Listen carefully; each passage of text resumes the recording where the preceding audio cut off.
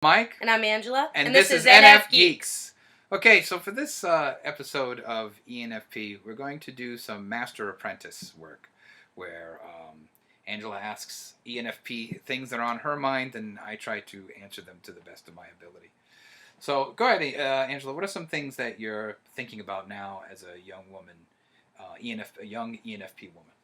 Well, one of my biggest things are, two things to think about, and we can take one at a time. Okay, let's start with the first one. So, the one I really want to know, and I'm sure other ENFPs want to know whether they're men or women, is what good personalities, like what are matches for us, relationship-wise, friends-wise, what kind of personality should we marry, things like that. Like, who are we really going to match well with, and who are we going to be terrible, should definitely stay away from. Okay. That's interesting because I'm always thinking about that and working it and trying to come up with various formulas about it to tell people. And so first, let me give a disclaimer, and this is just the world according to Mike, as usual. But I don't come to the position that any two people can come together and make it. I really don't believe that. I think that like certain people mix well with certain people, and certain people don't mix well together, and that you really have to find the right combination. But I don't think there's just one type for one type. The way I describe it is that it's kind of like Lego pieces. Mm-hmm. Two different Lego pieces can fit in lots of different ways, and lots of Legos can fit with other Legos. But sometimes you get two pieces of Lego, you put them together, it looks ridiculous. Yeah. It doesn't work. It won't fit into your thing. Yeah. So first of all, there's multiple personality types that can connect with ENFP, or all the other types. It's multiple. Okay. But I don't think it's the whole list. It's not all the other 15. I don't think the whole list of 15 will go well with one type. Okay. So if you're gonna go NF, if you're gonna go with a fellow NF, I think the best NF is INFJ. I think that's the best one because there's a balance that takes place between the ENFP and the INFJ. The ENFP is good at giving options. The INFJ is good at choosing the options. Okay. They're good at that. Yeah. The ENFP is good at understanding the soulfulness of the INFJ and getting them, and God, INFJs want that so badly. And the INFJ is good at giving the ENFP a little direction and a little more wisdom and keep them from floating away. Which we need. Right. They're a good grounding source for the ENFP as far as the NFs go. If you're going to go NT, I would go INTJ. Now, granted, INTJs are weirdos. They're the weirdest of the bunch. And all the NTs are weird. But the INTJ is particularly weird. But there's something about that ENFPs like. ENFPs like INTJs and weirdness because we like weird things, and weird novelties. I mean, look at the bottles and the hat up above, We like little weird stuff. There's weird stuff all over my apartment, and we like that. So, like, we can appreciate their weirdness, and we won't hold it against them. We'll accept them at face value. And they like that. And at the same time, they'll do the same thing as the INFJ. They'll ground us. Mm-hmm. And even more so because they'll be rational. Like, no, here's the rational answer. So INTJ and INFJ, I think, are good matches for us. And there's others, too. There's not the only two. But just to throw two out there. Yeah, those are just the ones that come to mind. Yes. I think bad ones... I think ESTP would be a bad one. I don't see ESTPs and ENFPs having anything in common or doing anything. And in fact, I think there would be a rivalry and an animosity. So I don't think ESTP, because ESTPs are very slimy and fake. I know it's terrible. All the ESTPs are just insulting. And we see right and it insults us. Yep. You know what I mean? And you see us as being weak and mushy and easily manipulated. So you have no respect for us either. And you're right; those things are right too. So I don't see ESTPs and ENFPs getting together. That would be a bad one, I think. I don't see ENFPs and ESFJs getting together. ESFJs are, even though they're the most emotional and the most probably aesthetically conscious of the SJs, as opposed to the utilitarian way SJs dress. But I don't see that working. ESFJs are a little too, I hate to say it, but self-involved in a way. Not necessarily in a negative way or in a bad way, but ESFJs want somebody to care about them and their needs. And ENFPs kind of want that too.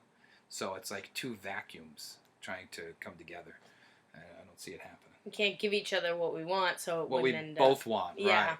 It doesn't work that way. Okay. So I would say ESFJ and ESTPs are not good for ENFPs, and I would say INFJs and INTJs are good. Okay.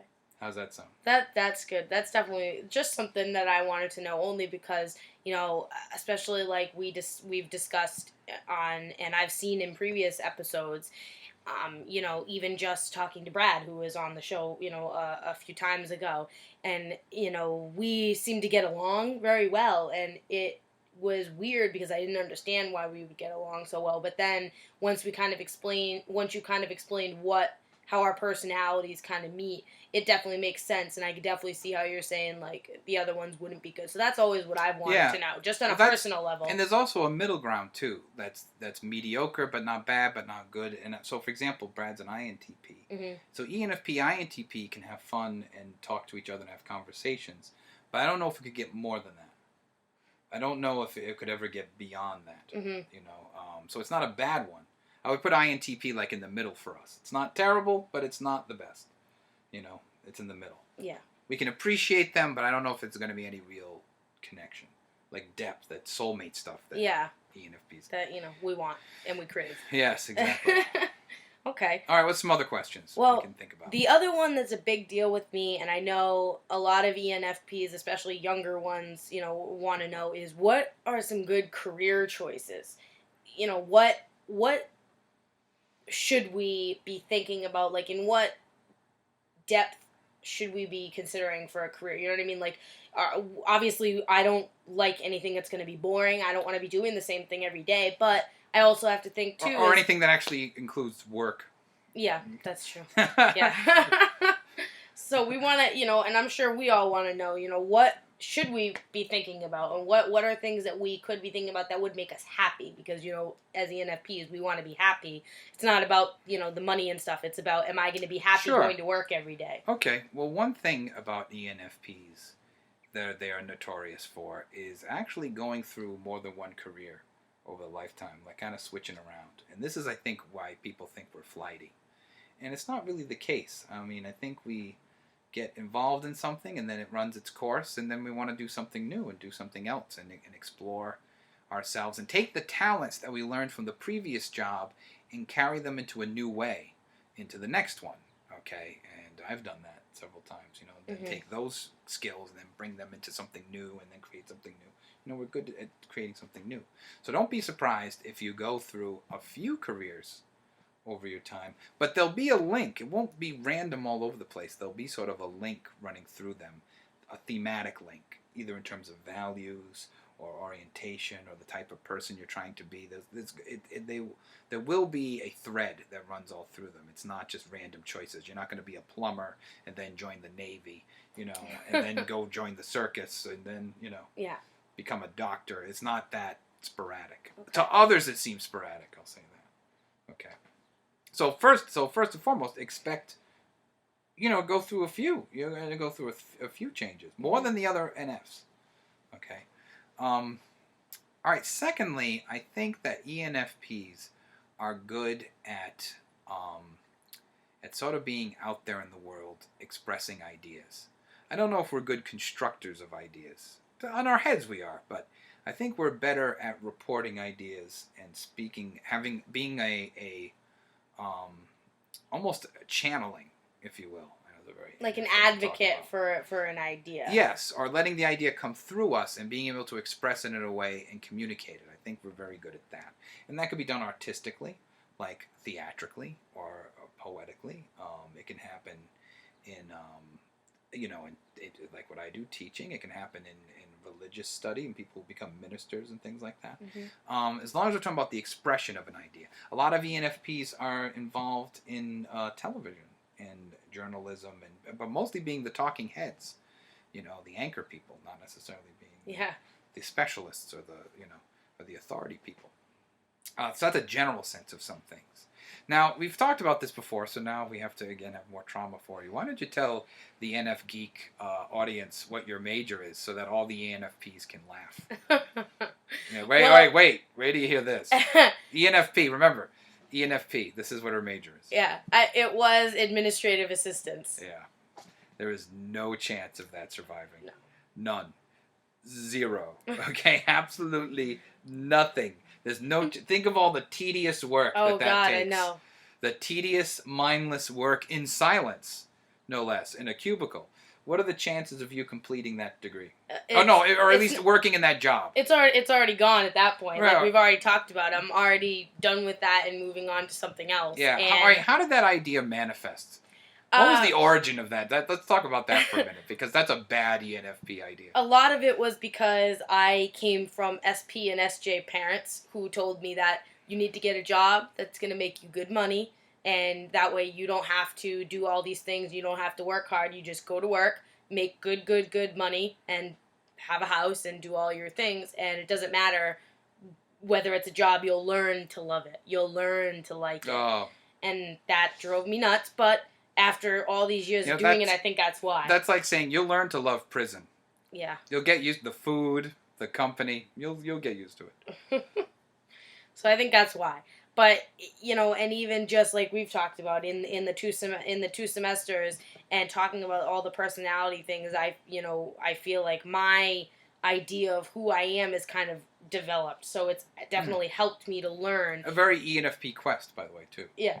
To learn who you are. And the people who are, who are looking at this and wanting to find out more about yourself. I think that's why a lot of people will watch this, because you want to know more about yourself. I know just me as an ENFP, I want to know more about myself. I read a lot about what other ENFPs are doing and how they relate and who they are. Even just, some of you may not know this, just a quick little fact, that Dr. Seuss and Bill Cosby are both ENFPs. And it makes a lot of sense because when you think about who they are... Dr. Seuss? Dr. Seuss is an ENFP. Yeah, I could see that because I'm sure he was laughing his ass off when he wrote one fish, two fish, red fish, blue fish. Mm-hmm. Like, oh, this is just silly. This is just stupid. This is just stupid. It's going to be great. I'm going to make $1 million. So, but it definitely makes sense when you read more about it. And I think that's my thing, is as I've learned more about it. And that's why I asked about career stuff, because, you and I have been talking about this back and forth. But well, where are you heading now? What direction are you taking? Well, honestly, I think I'm kind of going to follow a little more towards with you with either psychology, personality, kind of research, and learning more about personality and functioning in personality. All right, that's interesting, like personality theory. Mm-hmm. All right, that's great. Does that mean you've officially changed your major? Yeah, I guess. I haven't... you actually filled out the forms? No, of course not, because she's eating I've totally procrastinated. And that would mean she'd have to stop eating Reese's ice cream for 5 minutes and actually, walk. No, you know what? Actually, I like the Neapolitan ice cream because it's strawberry, chocolate, and vanilla, so I don't ever have to make a choice. I get all the three of the best flavors all at the same time. Out of the box. Yep, right out of the box. Right out of the box. Yep. Bowls, that takes effort. Oh. That impedes the... Dishes to wash later. Right, exactly. That's more work. I could have the ice cream right away. I'm the only one eating it. So what do I need a bowl for? Exactly. That bowl's for you. Exactly. Yeah, but right now I'm just in general, just like studying. Liberal arts. Yeah, like stuff. Liberal arts until I. That's very NF and very ENFP actually. Yeah. All my degrees are very general. I don't have to make a decision right this minute. That's the best part about liberal arts. I don't have to make a decision right this minute. This is beyond ENFP. This is for all the types, and that is that. Most people don't get into their careers in a serious sense until their late 20s. You really don't start really knowing yourself and really get into your career deeply till your late 20s. And I know if any of you are younger, there's this huge push for a major and a job at 22 or 20 or 18. This is a mistake. Developmentally speaking, you are not going to arrive there until you're over 25. Really like 27, 28. But at least 25, you're not going to really know, I want to be a chef, I want to be a pilot, I want to be a whatever. Granted, I know we all have this one friend who knew what they were going to be from childhood, and they are that person. I had a friend who wanted to be a pediatrician, told me first day of homeroom at high school when I met him, because we were in the same homeroom. He said, I'm going to be a pediatrician. And now, 25 years later, guess what? He's a pediatrician. But that's rare, Yeah. And I definitely agree with you that even just me, I'm right on the brink, but I'm just not like there a good yet. ENFP. Yeah, and you're not going to be there. No. Not an ENFP. We never get there. But I've come to expect that, and I've come to just accept it. Oh, as good. As my destiny. Great. That's the way that it is. Great. ENFP growth. All right. Well, great, Angela. Good job. Thanks.